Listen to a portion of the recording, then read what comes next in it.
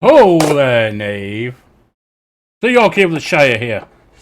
If thou be friend, then join me as I return to Golarian for more Pathfinder Wrath of the Righteous.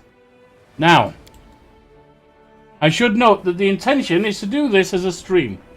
However, this is going to be a short video, so I'm doing it as a video instead. Essentially, real life interrupted the stream that we had yesterday. We just wanted to make it to the surface, and it interrupted us just before we could.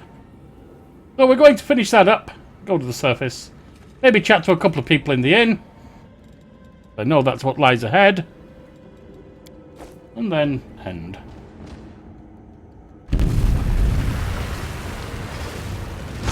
Well, there's no way back that way.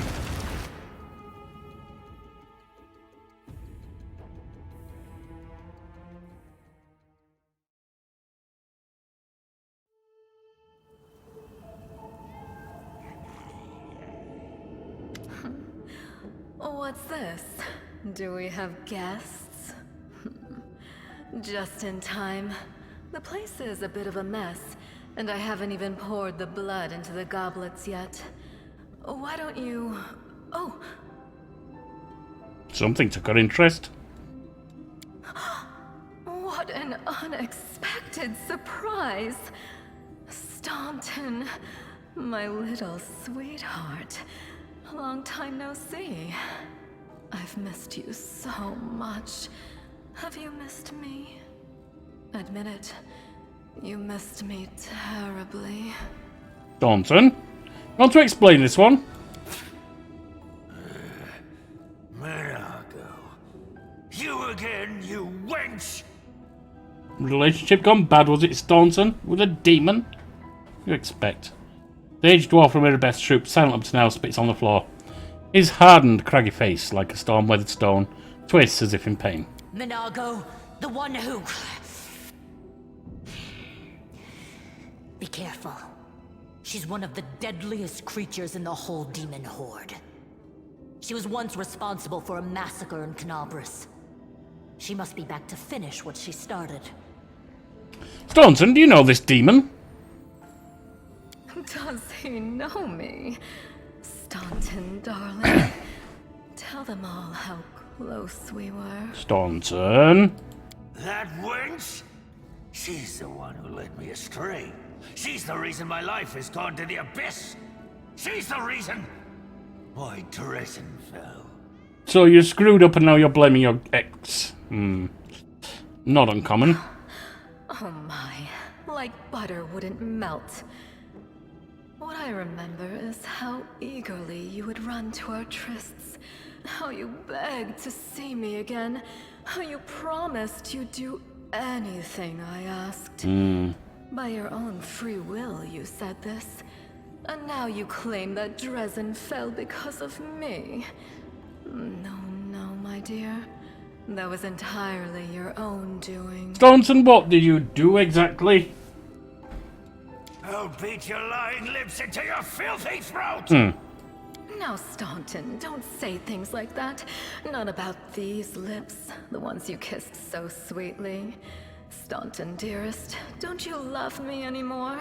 Remember how good we were together? I was so hoping that we could patch things up. I'll kill you! Well, he's lost it. Meanwhile, we seem to have a fight on our hands. Save the last one for me.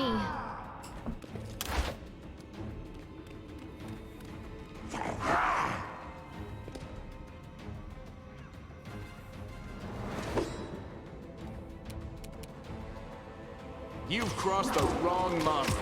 Amoran Center.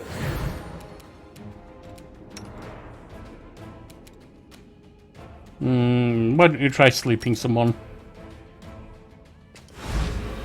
Nope. Adi, T,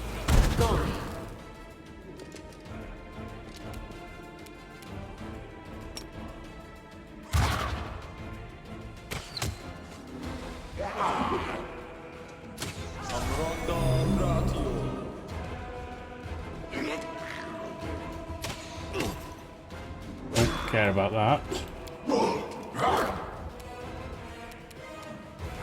The light you.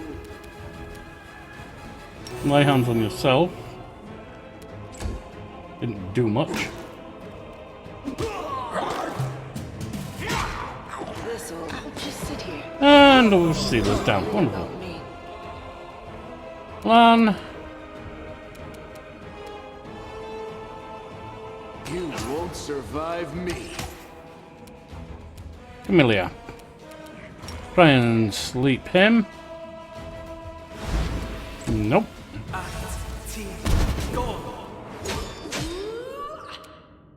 Burn! Slice! Not if you miss, Sir Yorkie. Come now, I need to do better than that.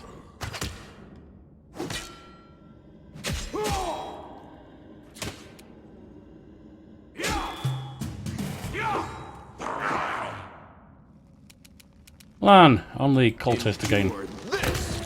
And Camellia, see if you can put this idiot down. Actually, it's almost dead. See if you can put that idiot down.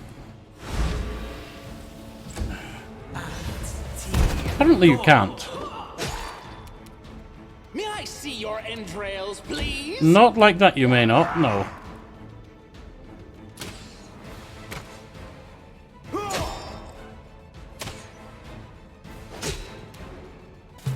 He's down.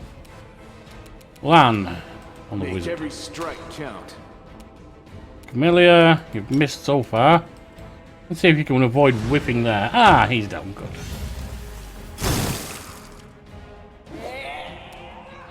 Sir Yorkie. Let the attack commence.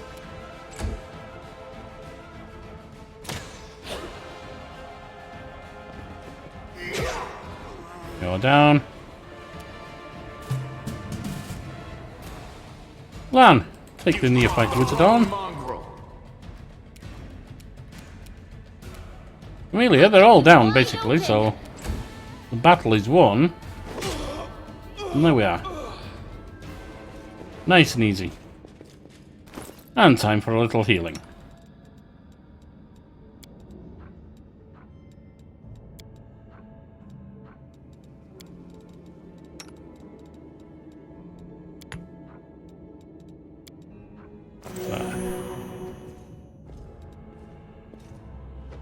I think it's time to go pick everything up.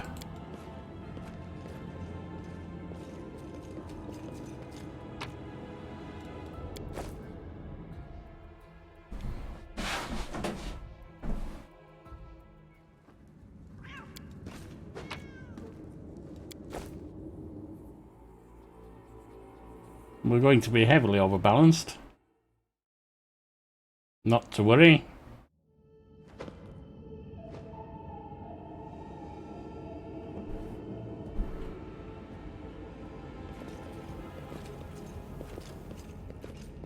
After all, our aim, essentially, is to sell everything when we get out of here. Law Religion 12. Let's see what that scrawling is. Ability 14.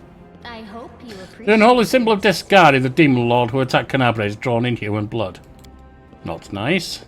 Thanks. Land gets us past there.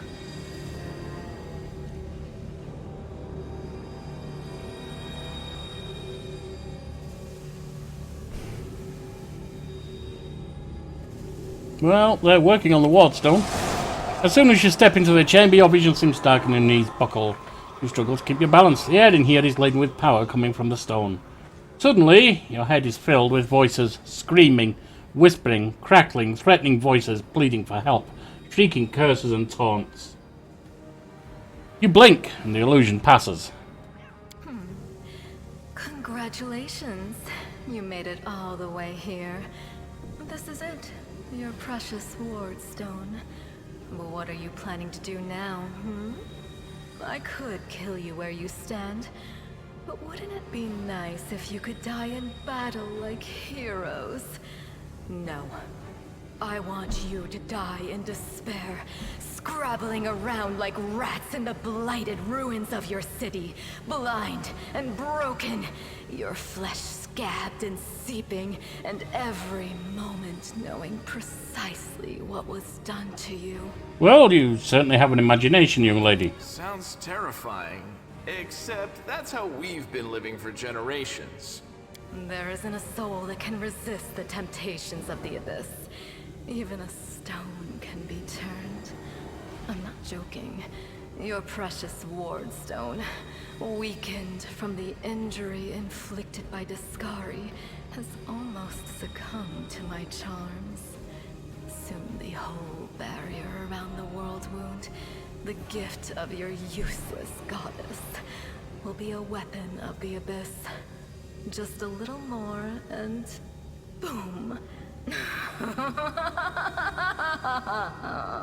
Every city with one of these eyesores stuck in the middle of it, from Canabras to Nerosian, will turn into smoking craters, and all the mortals into red sludge beneath our hooves.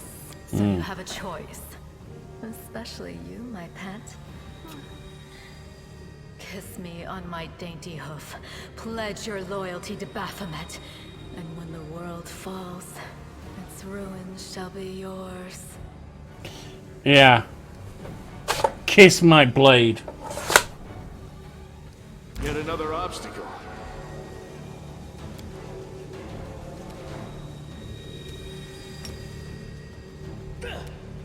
Apparane sentence. Amaranda gratio. Amronda gratio. Amronda gratio. Familiar? You're not doing very well with those, are you, still? This is not my time yet. Ashani savitur. Amranda gratio. Don't need that. One. Won't survive me.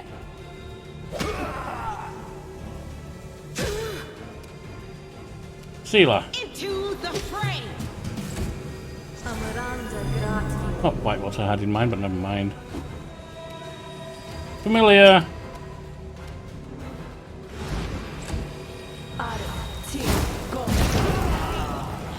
Well, you're certainly causing some problems.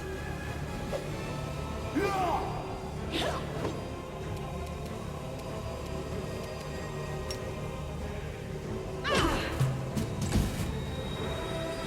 just sit here. Don't worry about it. I'm tired of playing around now. You want to know what will happen when I'm done with the ward stone?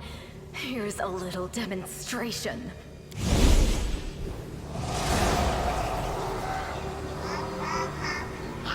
The demoness whispers a spell, and a wave of darkness sweeps through the chamber. Your companions wince in pain, but it's nothing compared to what you feel. Thousands of voices once again burst into your mind, drowning you in their moans, screams, and sobs. Pain rocks through your body. Evil spells won't destroy us. Iomade is with us! Yes, yes. Keep telling yourself that.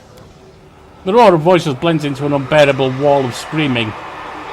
I've been to football matches before now, soccer matches in England, I should say, for American viewers. Our vision goes dark. Every time I watch my favourite football team, Cheltenham Town, my vision goes dark. If you'd seen them play, yours would too.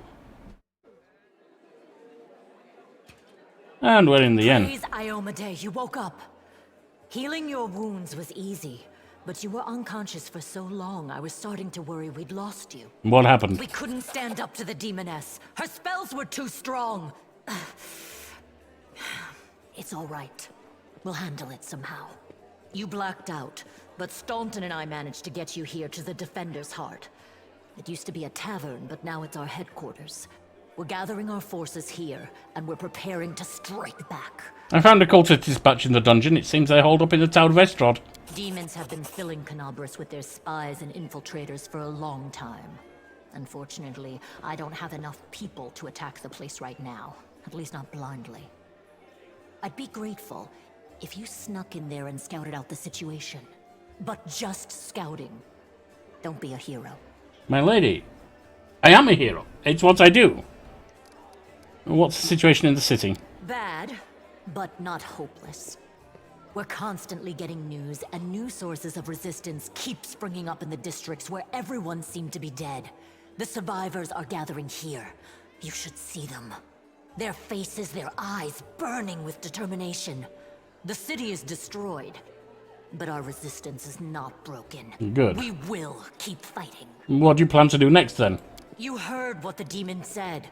They're going to desecrate the Wardstone and blow up the whole barrier around the World Wound. That would be an even worse disaster than the World Wound's expansion before the Second Crusade. Not only Canabras, but every city with a Wardstone will be destroyed, including the capital. We can't allow that no matter what. We will retake it, even destroy it if we must.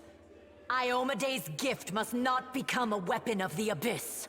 Tell me about the Wardstone. Why is it so important? The Wardstones are a gift of Iomede. Created personally by her herald, a mighty angel, and a general of the celestial armies. The Wardstones keep the World Wound from expanding.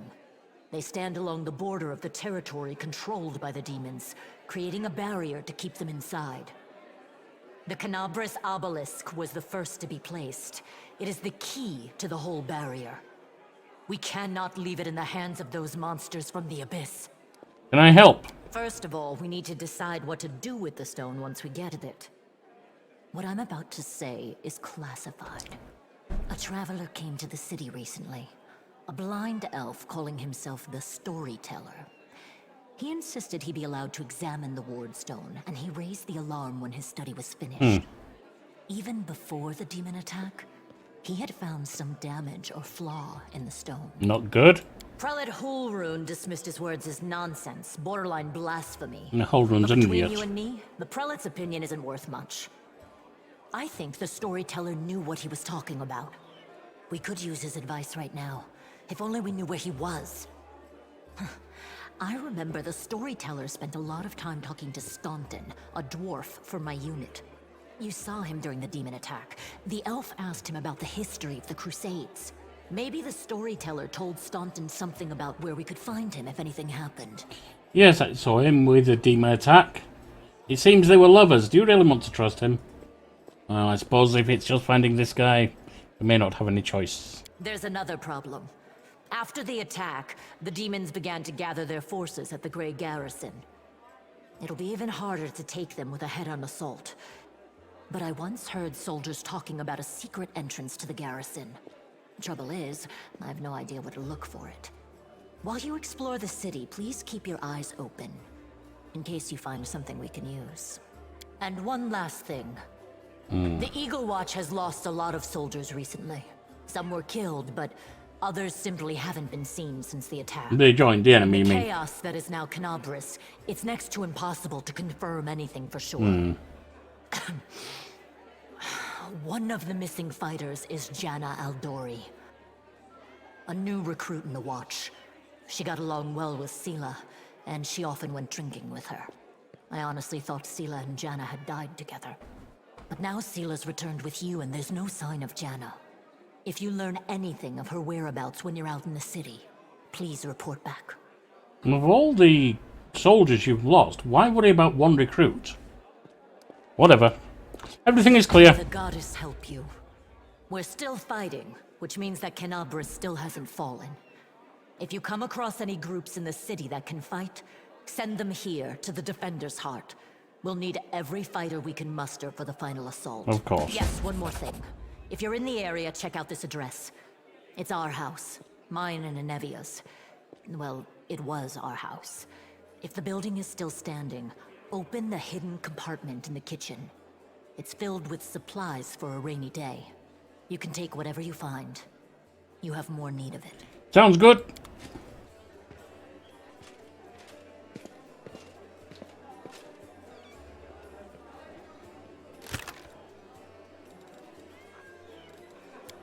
Let's see what all this is. It seems that we didn't keep everything we took. Oh no, there they are. That's fine. Right, we have boots, which we don't know. We have an amulet, which we don't know.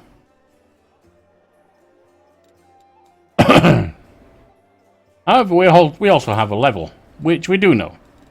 Kinetic Knight.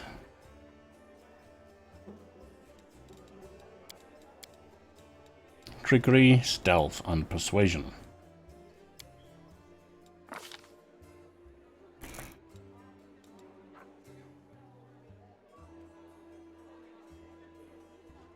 Weapon focus on kinetic blast.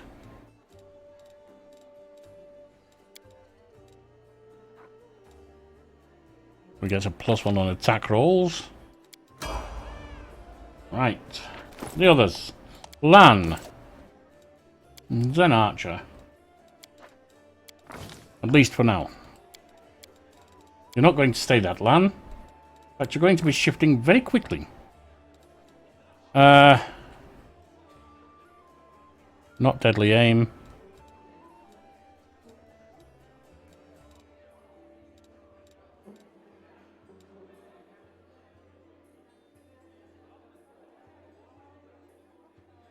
Using your style, you gain +2 bonus on saving throws against sleep effects, paralysis, etc. No, we're not doing unarmed strike, so it doesn't matter.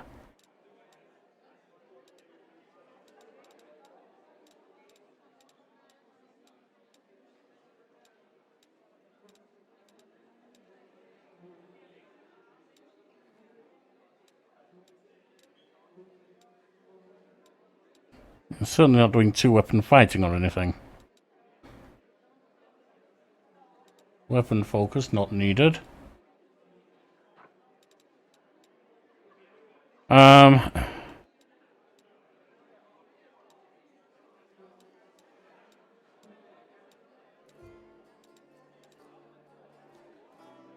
don't think there's much point in giving him coordinated maneuvers. Simply because he's... That's when we're standing with people fighting. That's really for your melee. I'll give you blind fight.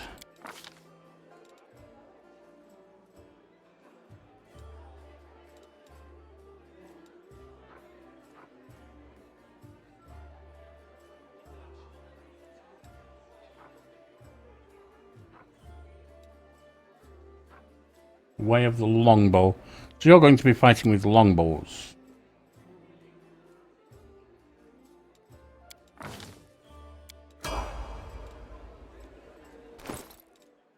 You, my friend. Spirit Hunter for now.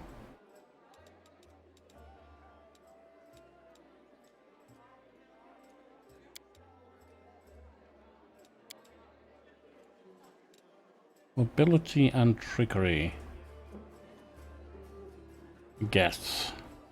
I'm tempted to give you stealth. I think perhaps you might be a better stealthy fighter. Yes.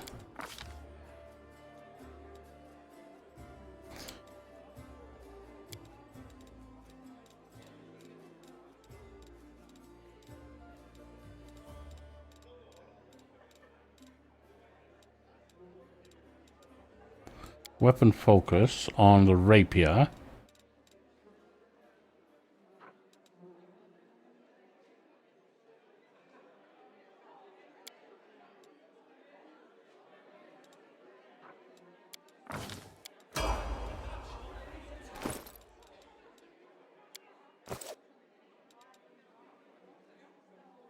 And Sealer, my friend, I'm not sure what to do with you.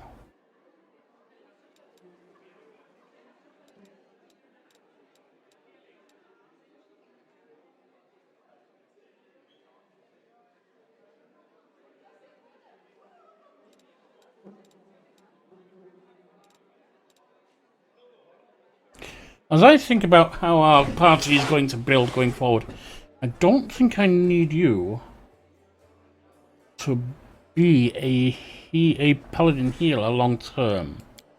We'll keep it there for... No, maybe... Should we even keep it there for now?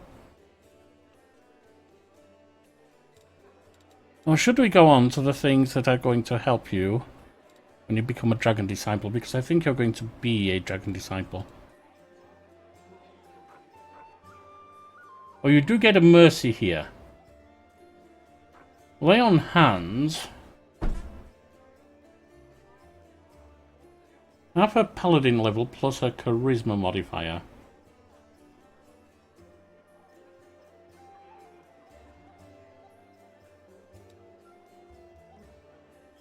that would be 3 plus charisma modifier.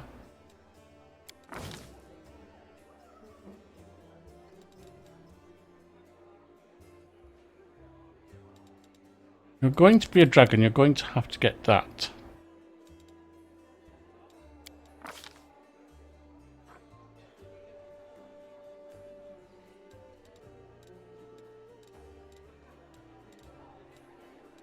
You, I do want to have coordinated maneuvers. And your mercy can be fatigued.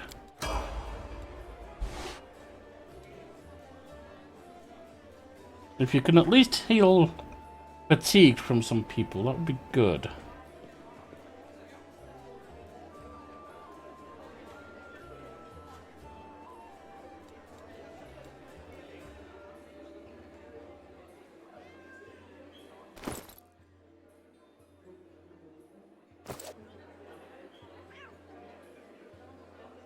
Right, let's see. We have a knave here. Hey, wait, mind if I bend your ear about something? A knave is outside your door, leaning casually against the shelf. So here's the first and most important thing. Beth gave you a crucial mission, I get that. And I know you'll get the job done, I saw you in action, but here's the rub. By sending you out on an errand, we're weakening our defences here. If they come at us while you're gone, I don't know if we'll fight them off. Everything seems clear so far, what do you want to discuss? So the rift that damned beetle left with his side, yeah, well it cut the city clean in two. And it's kind of difficult to get across. My scouts tell me there's a halfway decent place to set up a crossing in Market Square. Not that any of them tried, to make sure. But if you've got a mind to go across, and I think you're going to have to eventually, you might want to give the square a once-over. When do you think they'll attack? Your guess is as good as mine. It might not be here. They could attack the whole damn city. Those vermin know they've lost the upper hand and that we're going to push back hard. If things kick off here, you should know, after they attack, some things could change beyond recognition. So if you've got any business that needs taken care of, you better do it.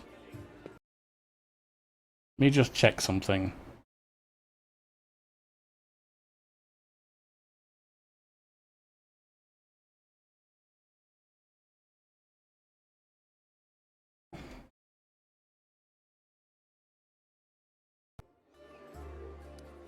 Do you want me to stay here and guard the tavern? You what? No. Your task is far too important. You can't just hole up here all cozy, waiting for demons to knock on the door. Well, thank you then. We'll check it out later. You've wandered off. Where are you going? Over here. I will be back. I have to take a quick break. Right then. I am back. We need to talk to Staunton. The dwarf resembles an abandoned citadel, one whose high crumbling walls are still holding fast, but whose empty lightless windows make it clear that all inside is dead. Oh, it's you. Good work back there, in the great garrison. Name's Staunton Vane. You've heard rumours about me. His face, which looks like it has never known anything as carefree as a smile, grimaces. Just so you know, everything people say about me is true. I really don't give a shit. Honestly, Staunton, you messed with a demon, it's your fault. I really don't care. Just tell me about this elf. The storyteller? Staunton strokes his beard in thought. A strange old fellow that one. He used to sit with me for hours, asking about all sorts of things. He never offered judgment or comfort, he just listened. At first I wanted him and his questions as far away from me as possible, but later I realised that talking to him did indeed ease my burden a little. I hope he's alive and well. He's completely blind and feeble too, so if he's alone in the city, well, you probably know what that means. I do know one place he might be. Look for him in the Black Wing. It's a library. Here, I'll show you where it is on the map. I don't know what use a library is to a blind elf, but he loved the place. He would sit there day and night. Alright, I'm gone. I really don't care what you brought on yourself, Staunton, because you brought it on yourself. You were stupid, and you brought it on yourself. Anivia. Anivia, in her muted colours, blends almost perfectly into the background, and she appears relaxed. But her seemingly unfocused eyes are taking in everything around her, tracking and filtering potential threats. The only tell is that the way she drums her fingers on her hip near her weapon sheath. She shows no sign of her injuries and confidently leans on her previously broken leg. She pretends to have just noticed you, even though she watched you approach from afar. Oh, hey! See how they patched me up? Now I can run, jump, and dance a jig if I feel like it. Are there any suspicious place in the city I should pay attention to? A couple of spots. You could have told me this over there, you know. I want to check out, but I didn't have time. There really is a den of cultists there. It would be good if you could swoop in and bust some heads. You don't even need a search warrant. Anivia shoots you a crooked smile. First one is a silk and thread. It's a funny little tailor shop that doesn't take any orders and never buys any fabric. They always seem oh so busy. They're busy with something in there alright, but sewing it ain't. Alright. Second one is the alchemy shop, Topaz Solutions. And they trade in everything, not just healing potions. Judging by the ingredients they've been buying on the black market, there's something fishy about the alchemical rituals going on in that place. Tell me about yourself. She shrugs with a lazy smile. I'd be happy to, but there's kind of nothing to tell. What's so interesting? Where are you from? Nowhere. I was blown in by the wind and found in a cabbage patch. She stopped short. Sorry, that's an old habit of mine. I don't like blabbing about my past, but you saved my skin, so I guess I kind of owe it to you not to clown around, right? I'm from Nidal, and I wouldn't wish my homeland on my worst enemy. You've heard about the place, I'm sure. Ruled by monsters and alive or dead. And the official religion is the cult of Zunkothon. I grew up in a slum, like a weed between the cobblestones. I didn't have a dad, but I had lots of aunts and uncles. My mum's cronies. No prize for guessing the kind of business she was involved in. They gave me a set of lockpicks as soon as I could hold a spoon, and while other kids were picking their noses, I was picking pockets. When I was 12, the monks of the Silent Shroud came for us. Creepy guys, with their mouths sewn shut. They're the guards in Nizrok. Mum gave me to her friends, and we hid in a secret temple in Desna. Or of Desna. I never saw my mum again. I lay low in the temple for the next few years, keeping my head down. I washed floors, fetched water, listened to sermons. Funny thing, after a while I started liking Desna's teachings. But as soon as I was old enough, I was out of there. I left Nidal and got as far away as I could. Quite a ragtag group you've got here, from nobles to street thieves. You got that right. Only the best for you. What do you do if the knights and nobles fail to save the world? The lowlifes are your only hope. She has a point. How did you meet Irabeth? I was bumming around Timon a while back, doing this and that. Desnan temples sometimes gave me odd jobs, you know. Sometimes they needed people with skills like mine. On the surface it was fine, I guess. After Nidal, the freedom of the River Kingdoms should have seemed like heaven. My chance to sit back and enjoy life. But I wasn't happy. There just wasn't any joy in my new life. I was all alone. No one cared about me, and I didn't care about anybody either. I struggled to find a reason to drag myself out of bed every morning. Tying a stone around my neck and jumping into the nearest river started to look pretty appealing. One day I was hired to follow some fellas, and the local authorities suspected were Asmiran spies. I was stupid. I made a rookie mistake and they caught me. It's like my body had already decided to do what my mind had been fighting. Finally put me out of my misery. Get someone else to kill me, since I didn't have the guts to do it myself. They grabbed me. I thought they'd gut me on the spot. But instead they hogtied me and dragged me off. And just like an animal going to the slaughter, my only thought was, let's get this over with. They brought me back to their stinking cave, threw me on the altar, and I realised who it was, Kuthites. From Nidal. They tracked me down, after all those years, but I didn't care anymore. Wouldn't even have cared if they'd eaten me or whatever. We all gotta go sometime, right? So I was lying there, staring at those knives pointed at me, when the fate rolled the dice, and I hit jackpot, Irabeth. There she was, storming into the cave. Picture it, I'm lying on the altar with these knife-wielding maniacs around me, and suddenly Irabeth storms in, and I thought it was Iomedae herself. Fierce in a shining armour and a gleaming sword raised. She made quick work of those scumbags, chopped them up just like that. I can admire that. I didn't even have time to blink. She untied me and then... Anivia's face lights up and she chuckles. She looked through the papers they had on the table and started swearing like a sailor. So much for Iomedae. How did you and Irabeth end up in Canabres? After almost becoming a human sacrifice, I knew I never wanted to leave her best side. Desna knows I fell for her instantly, and I fell hard. My misery was gone, and when Irabeth showed up, and showed me what was in those papers, proved that the cultists had a nest in a home city, well, I offered to help without a second thought. Anivia smiles warmly. She must have figured I couldn't wait to get my revenge on the cultists. I didn't give a damn about them, it was her. I'd go anywhere with her, even on a crusade or into the jaws of a dragon.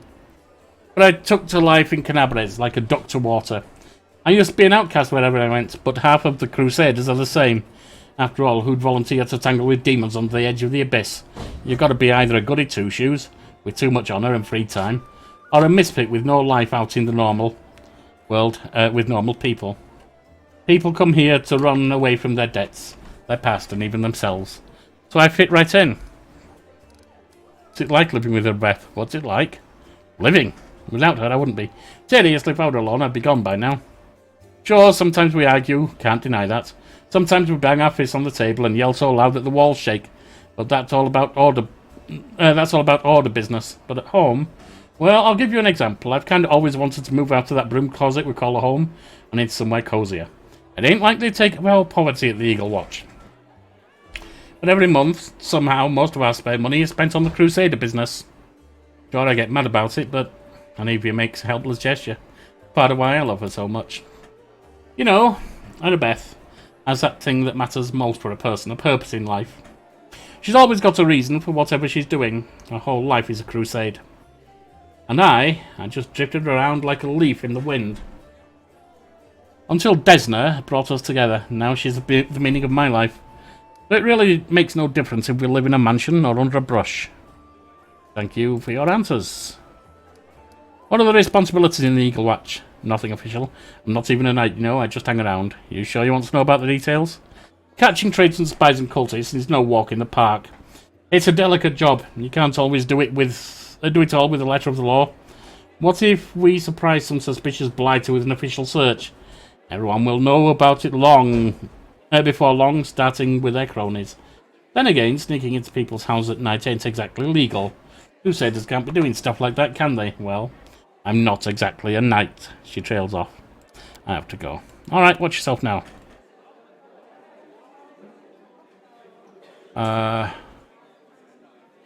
Fiado. Nope. Vasily. A stout old man in a fuzzy beard. He looks as tired as everyone in the tavern, but determination is stamped on his face. What can I do for you? Scroll seller. Alright. There's some kind of priest, I'm guessing. Yep. Lan. Let's have a word with you. Lan greets you with a nod. Here for a chat. I've been waiting for you to come and see what strange beast you've taken into your party. I'd like to know more about you. Let me guess, your first question is, can you wear a hat with one horn? Am I right? So, can you wear a hat with one horn? I'm sure I can, but certain designs don't suit me too well. Lan speaks in a deadly serious voice. You speak common much better than the rest of your tribe. Funnily enough, common isn't all that common underground, Lan says. But your observation is correct. I used to live on the surface with my parents for a while, and had a chance to learn a couple of things. The language and the fact that every peasant who sees my scaly mug screams demon and runs away. I don't know if you're interested, but my mum wasn't from an underground tribe. She was a smuggler. The kind that used the dungeons of Canabres to secretly move and store goods. One time, two gangs couldn't agree on how to share a prime cut. Got into a fight and the winners threw the losers down a hole, dead and living alike. My dad went to check if the corpses had anything useful on them, and he found a girl from the surface, barely clinging to life. An incredible feeling sparked between them. Hero syndrome, rescue syndrome. Or maybe the girl just liked men with scales and a cat nose, that might be it. One way or another, he got her back on her feet. And he later even left his home caves. She left her smuggling behind, and they began an honest life together. That's a delightful story of how Lan came into the world. The next chapter, however, my family and I never stayed in one place too long. We lived sometimes on the surface, sometimes underground. We couldn't find a place to call home. Living in the caves was hard on my mum, and my dad's appearance raised so many questions in Mendev. They're at war against demons, after all. In the end, my parents decided to stop making each other miserable and separated. My father and I returned to our tribe. I think the peasants screaming demon had something to do with it. Or maybe Dad just couldn't stand life without rat tail soup. I wouldn't rule out the possibility. Did you come with me so you could see the surface again? No, that wasn't it. I just don't have much patience for certain types of creatures. Demons, I mean. If they want to destroy Canabres, I'll be on the side of the people they're attacking. Lan, you're my companion and companions should trust each other. I'm counting on you to give me honest answers, not excuses. Lan looks ashamed. I guess you're right. I shouldn't have been so evasive. It's just that sometimes things are hard to talk about. My family, for instance. My birth, hell take me, turned out to be a great misfortune for my parents, all because I'm relatively healthy. I'm the best thing that came from a marriage between a cave-dwelling mongrel and anyone from the surface. A healthy child with the right number of hands and feet, no apparent defects, no missing organs or other problems. They saw hope in me, so risked having more children. They thought it would somehow be alright. A growl edges into Lan's voice. I could have had 4 brothers. The first one was born 2 years after me and died 3 years later. He didn't have a nose, nothing even remotely resembling one. He could only breathe through his mouth. Mum and Dad were afraid to take their eyes off him, for fear he'd choke and suffocate on something. But in the end, it was his weak heart that killed him. Then there was another pregnancy and birth. I pretended I was sleeping, but snuck out of my bedroom and listened at the door. All those hours, it was very strange, but I never heard the newborn screaming. Mum moaning, yes, the priest praying, and I dared open the door a little and looked inside. The priest stood there very pale. One of them was holding something. A small object that fit in his palm. He asked, "Do you know what this is?" And the other said, "I think it's a head." Oh dear. Lan stops. You don't have to go on if it hurts you. Hell no. I started to tell you, and I'll make it to the end. You want to know why I followed you to the surface? Well, here's the reason. Lan pauses, exhales, and continues in a steadier voice. It turns out that this time Mom was expecting triplets.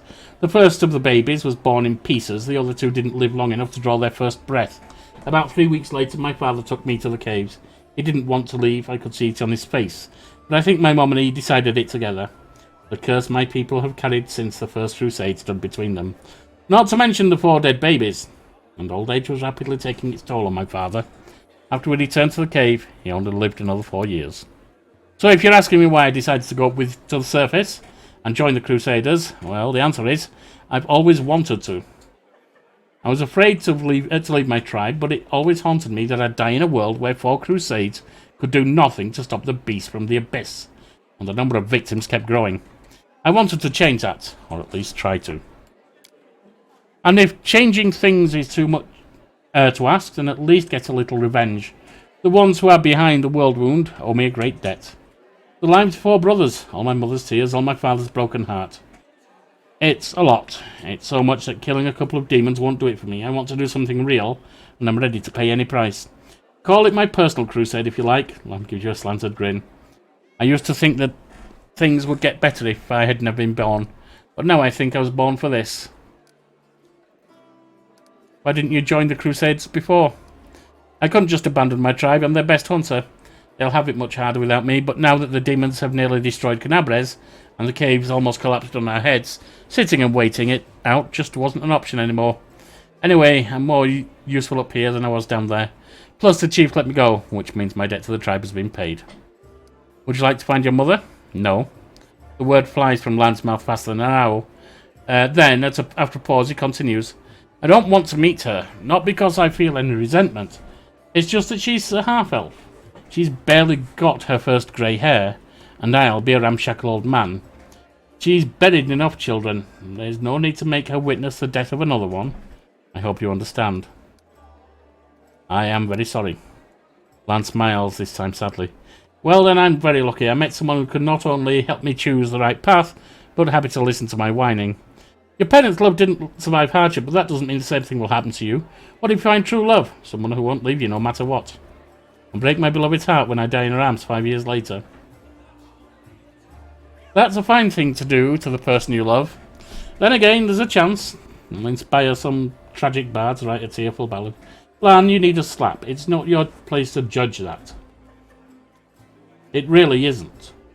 Deny someone your love or the ability to love you because you might die. We all might bloody die, and some of us know we've got shorter lives or likely to have. Doesn't mean we're not fit to be loved, and it doesn't mean others who wish to shouldn't have the chance. Grow up. Thanks for sharing, Lan. I don't want to hear your story again. Mongrels have short lifespans, but you don't look like you're getting old or dying. How old are you? Lan chuckles. I'm as old as I look, no surprise there. But remember Sol? He's 10 years older than me. I remember him back as a fearless warrior. And day by day I watched him turn into an old man. Him and my father. Let me just check something.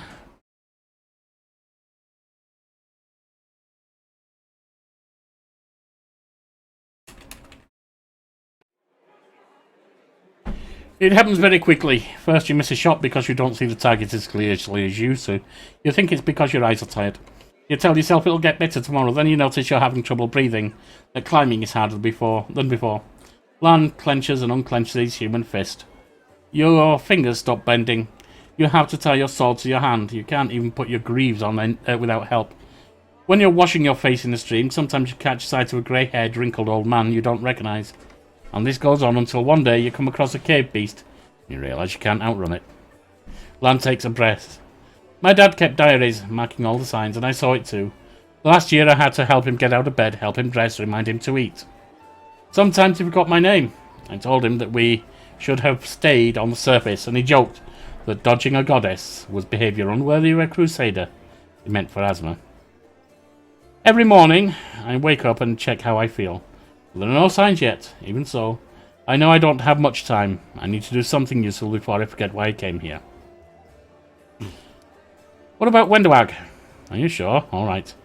Tell me about your connection to Wendawag. My connection to Wendy? I mean, where do I start? Lan turns the unexpressive reptile half of his face to you. We grew up together, trained together. She was a chief's daughter. She was groomed to be the best all her life. And then I came along. We were rivals, but we'd... Oh dear. Unfortunately, that was passed on by the Chihuahua. Let's go back. We were rivals, but we dragged each other out of tight spots too. I've always been drawn to grand heroic gestures, sometimes idiotic ones, whereas Wendawag liked to roam and explore pastures, finding new caves and making maps. She wants to be a great huntress, the one who'd make it through the shield maze, but instead she... Lan shakes her head. It'd be better if she died. The death of her friend is painful. But watching a friend become a shadow of their former self is unbearable. She doesn't think she's a shadow of her former self, of course. She thinks she did everything right, because the second she starts to doubt herself, she'll have to face the truth. To admit that she's just a cannibal that demons use as they wish. Lan's frown looks almost like a wince. She wants to get stronger and stronger, but for what? I'll never understand what drives her. We are just friends and more than that. Wow, you really don't pull any punches, do you? Lan exhales loudly. There was a time when I asked myself the same question. Wendawag knew me better than anyone. She understood me better than anyone. She was my first woman. But we never loved each other. Maybe I could have grown to love her. But it always seemed like she never understood what love was. Maybe she just wasn't capable of those things. Thanks. I found out everything I wanted to know. You ever want to reopen any more of my old wounds, you know where to find me. Found out everything I want to know, thank you. What about life on the... there's a lot to talk about, isn't there? And unfortunately, real life is paging me hard. So, thank you for your answers and so long. We'll catch up with others later, but for now, I must go. I've been Sir Yorkie, you've been fantastic, and this has been Pathfinder, Wrath of the Righteous.